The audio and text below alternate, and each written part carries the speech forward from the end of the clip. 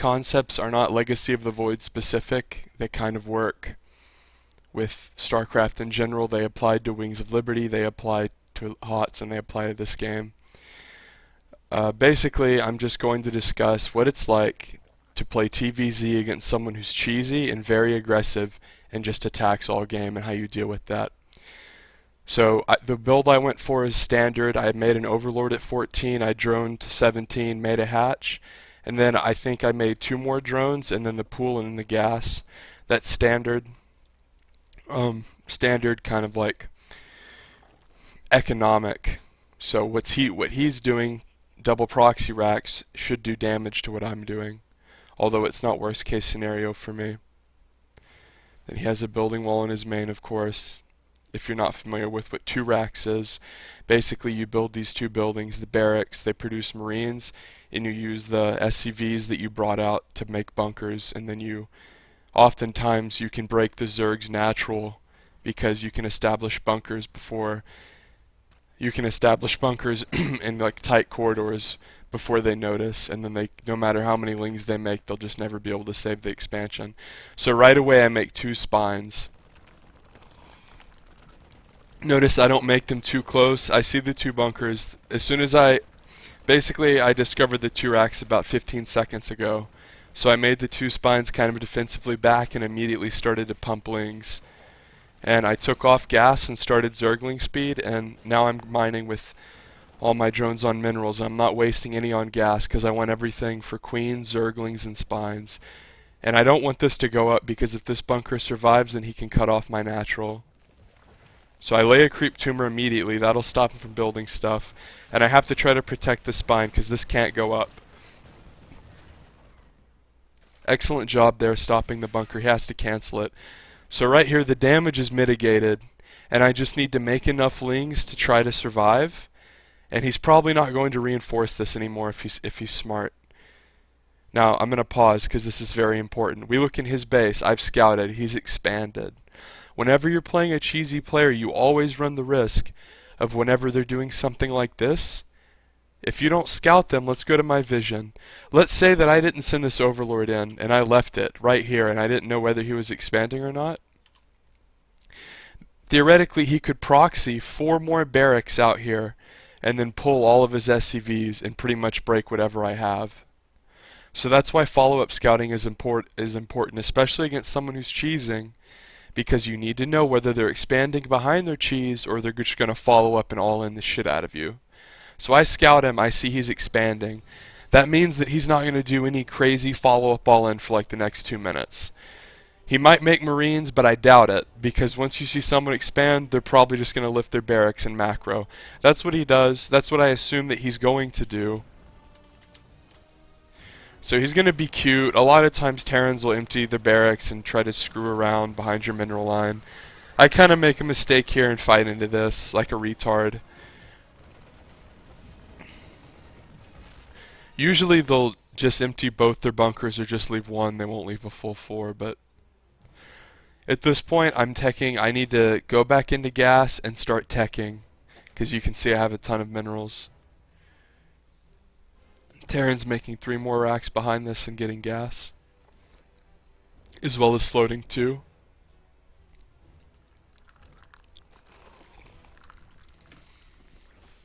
One concept I want to talk about, especially for new players, is breaking out.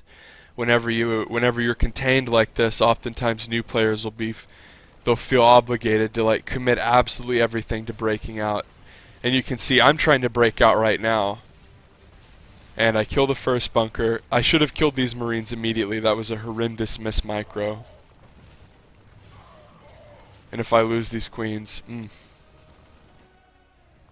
okay.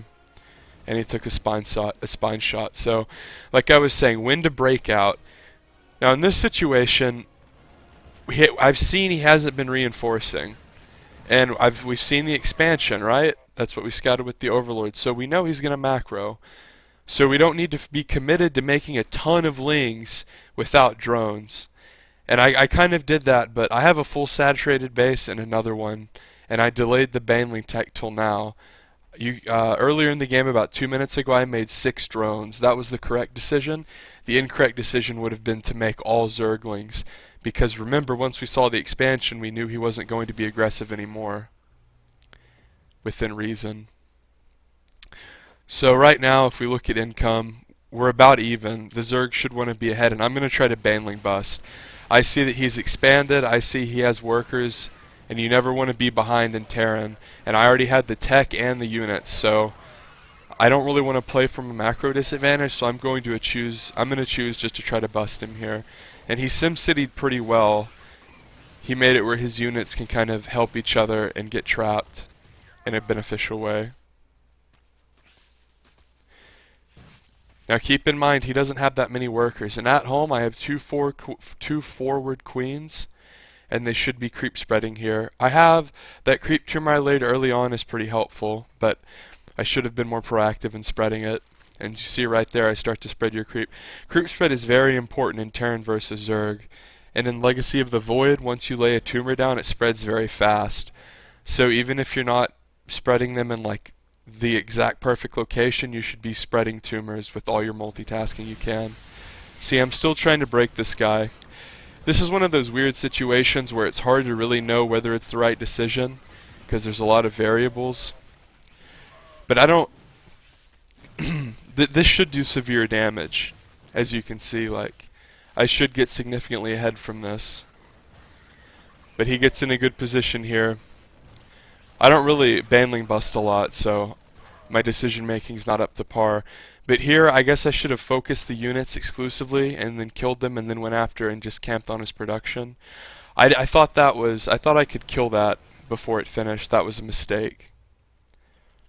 But if we go to income, we're about even, which is really bad for me because he has mules, which means we're not even at all.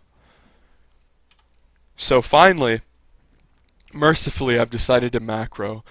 Now, the reason I chose this game to commentate is because whenever you get into cheese games, you're really not sure what to do always because they're always so wonky, and oftentimes when you get cheese, the person who's doing it cheeses every single game, so they're going to have way more experience cheesing than you. So I intentionally wanted to pick a gameplay where I held the initial cheese and then fell behind and had to continue to play from even or behind. So in this situation, the Zerg needs to be a base up on the Terran, and he needs to have way more workers than the Terran. I have 5, I have pretty good creep spread, but no third. And as far as tech goes, nothing. I have a Baneling nest with no speed, no upgrades. I'm really not in a good situation right now. He's about to have reactored medevacs, and my Spire just started. And he's making tanks, and this is a very bad situation. So I lost some units there, obviously a mistake. Lost some more, obviously another mistake. But it's very important to keep an eye on your opponent when they're cheesy, because oftentimes if someone cheeses you initially, if someone opens with 2 racks, the chance of them doing something stupid in the mid game is significantly higher than that of a player who opens 14cc doing something stupid in the mid game, if you catch my drift. A cheesy player is going to do something cheesy more likely than he's going to play macro. So this is kind of what he's doing.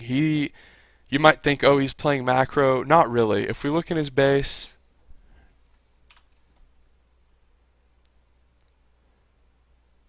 he has 1 eBay and it's not researching, and he has no armory. He has no third. Basically, this is just a 2 base all in. He's just doing a 2 base all in behind his 2 racks. And whenever you play cheesy players, that's what you have to watch out for. Is they're most likely going to do aggressive things behind their aggressive openings, so you constantly have to scout. Yeah, I lost all those lings when I went up there and pressed here, but learning that he was pressing out was incredibly important, because the easiest way to lose to players like this is to be caught off guard. So I have Banelings making, but no speed. It's not even halfway done. So right here, I'm just going to pause again. He has a tank. I don't have Baneling speed, I don't have upgrades, I don't have mutas. The only thing defensively I have going for me is my creep spread, which is actually pretty good, considering I got 2 raxed. So that means whenever creep spread is your only advantage, you really have to let people push you, and then you kind of have to try to surround them. or flank them and then use the creep to your advantage because he has the superior army with the combat shield marines and the tank. So I need to not panic, and this hatchery can take damage. This hatch can get to 200 HP as long as it doesn't die. What I don't want to do is overcommit, try to fight with a half-assed army out here when this hatchery is at high percent health, die because he has way more than me, and then constantly be trying to commit from way too far behind and him kill the hatch. So let's see what I do. Make a ton of banelings. A ton. This sucks because I wanted to spend this gas on Muta, but if this base dies, I lose. So right here, I'm just stalling. I don't commit with everything I have. I just send 4 Banes down. And remember, he's so committed because he's 2 base all-inning, he doesn't have energy to scan. That's why I have so much creep. Like, the creep spread is good on my part, but he cannot counter it because he's muling so hard to pump all these units off of 2 bases. So I sent the 4 Banes down just to delay him. But here come the lot of Banes. Send him down, kill his army, but as soon as the tank gets in range, I get back. This is going to take fire, that's fine. I'm making more units. See, I don't want it to take too much damage, so I'm going to come down with the Banes. Overcommit a little, but not too bad. See, I stopped the damage. Delay, delay, delay. This is fine. When you're Zerg, this is what you want to do. You want to delay your opponent. You don't want to lose one big fight and then have them walk all over you. So I narrow his arm, or I whittle his army down, excuse me, and then kill the tank. Killing the backbone of the tank, or excuse me, killing the tank is important because it's the backbone of the army.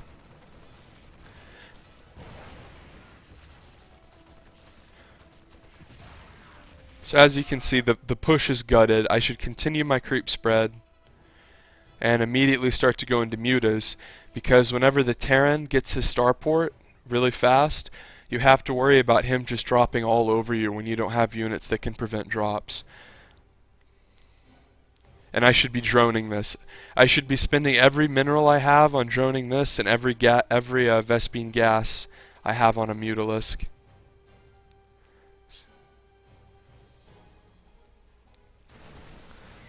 So he still has an army, and this is bad. This is just aimless. Obviously a mistake. But he's taking a third behind this, and he's starting his upgrades. And I want to scout and see what he has. Fortunately, fly right into a turret. So he doesn't have much. The biggest problem is his medevacs and my Muta count. So he's going to push again. This is another thing with especially Terran players like this, is they will just, like, aggressive Terrans like this who'd kind of try to play like MKP, I think, a little bit. They'll do one thing and then they'll push and then they'll go into their next push and they never know when to stop attacking. This is a great drop by him, by the way. This is what he should be doing. So in a way, this is the right decision because his advantage is his medevacs and he's clearing creep. But these, like I was saying, the point still stands. These players will just constantly attack you over and over, and oftentimes if you can catch them off guard, you can win because they will just attack, attack, and attack without any thought. Oftentimes players like this win games because you're still trying to recover from the next attack by making drones, and you're so thrown off by the hecticness, you know, maybe you miss an overlord, and that little advantage that you lose from missing an overlord is all people like this need when they're kind of crisp and constantly attacking and just muling and producing units. But see, at this point he has a third.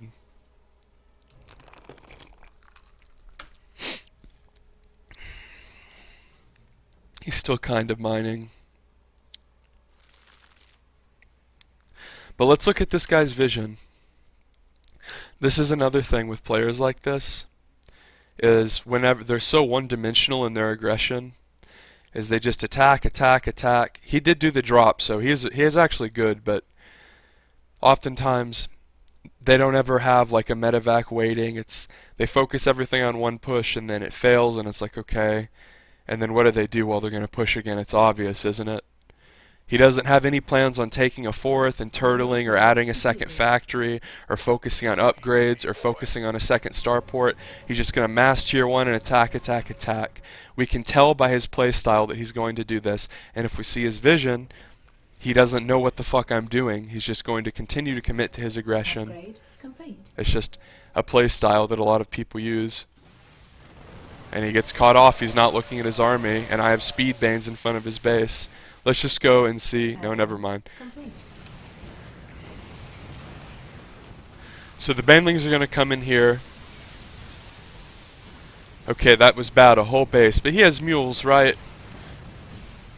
Wrong. Players like this play like this, and they do this play style in a low econ way. Look in his main, he's not mining very much. Look in his natural, he's not mining very much. All of this aggression is kind of predicated on the fact that he's constantly muling, not upgrading well, and not producing SCVs. He made 2 base saturation and just cut and didn't make a third, and then committed to everything to one big attack. And that's kind of what we saw. He made that delayed third, made it a PF because if he lost it, he loses the game, and then just transferred his shit. He didn't have any SCVs, so that's whenever you play people who play really low econ like this, killing a big portion of SCVs like that is actually better than if you play a normal macro Terran who's always going to be producing and having SCVs. See right now, if we go to income, 25 workers, and he made this his third, it's his PF.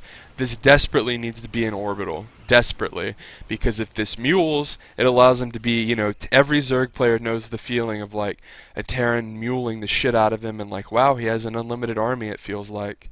And the fact that he made this a PF is really bad for him after I killed all those SCVs, obviously. So what am I doing behind this? I've taken a 4th, and I need to be getting upgrades. But a tricky thing about playing people like this is it's hard to drone and take bases and get upgrades because you don't know when they're going to attack. They don't know when they're going to attack because they seem to aimlessly just make units and continuously attack until they either win or lose.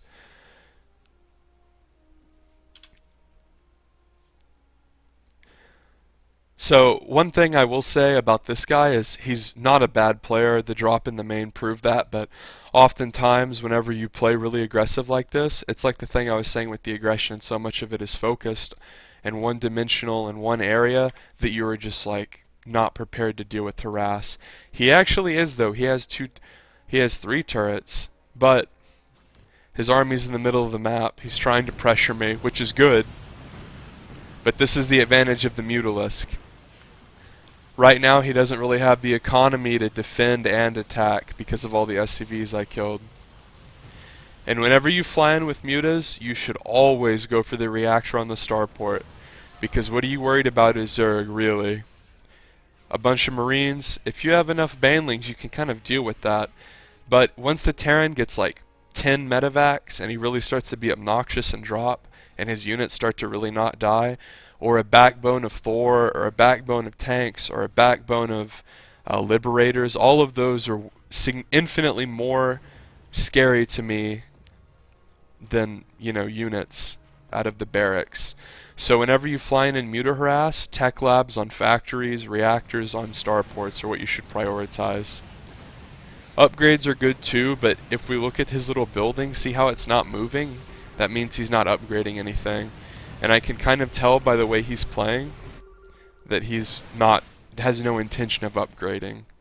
This is the kind of player that upgrades only as a means to an end to do like his next phase of an all-in. And like, there's no way this dude has an armory, so I'm not even going to kill the eBay there. And this is another thing you should do. See, like right now he's pushing me, and if I know based on how many workers I killed and the damage I've done that if I can defend this push without losing anything, I win the game. So what do? I honestly don't have the multitask to micro these mutas perfectly and hit my injects and get all my units ready for this one push, because if I stop this I win the game, so I need to focus all my efforts on stopping this. So this is what you probably... This is a little trick you can try for micro.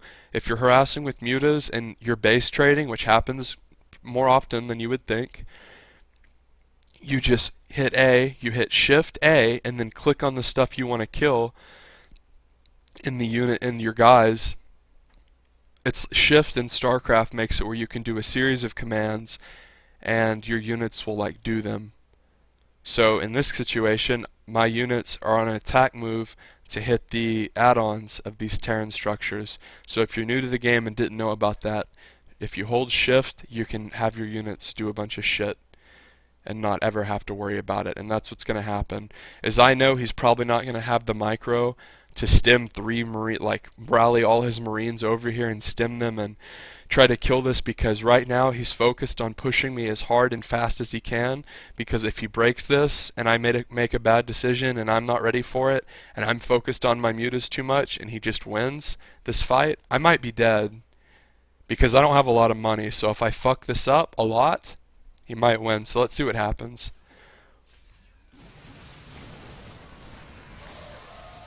Move commanding so I don't hit the Marauders. That was okay. All I need to do now is retreat these guys, make them into Banes, and keep making Lings.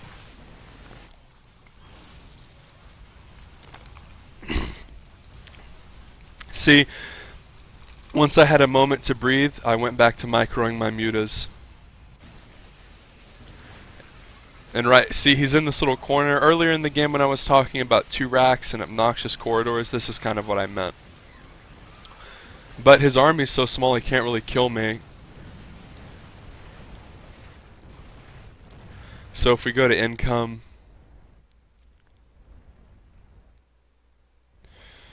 he has about a base. But I mean, this game is still close. I have 1-1. Whenever you play someone like this, they'll often skimp on upgrades. Especially sometimes Protoss players will be guilty of this. If you have games like this against Protoss where they just do one all in, one all after another, like 8-gate into Immortal all in or whatever, oftentimes they'll just skip upgrades. So you can win against players like this if you play Ling styles and just get 1-1 upgrades, because you will trade so effectively against them. But it's 17 minutes in the game. This guy has 1-1 at this point.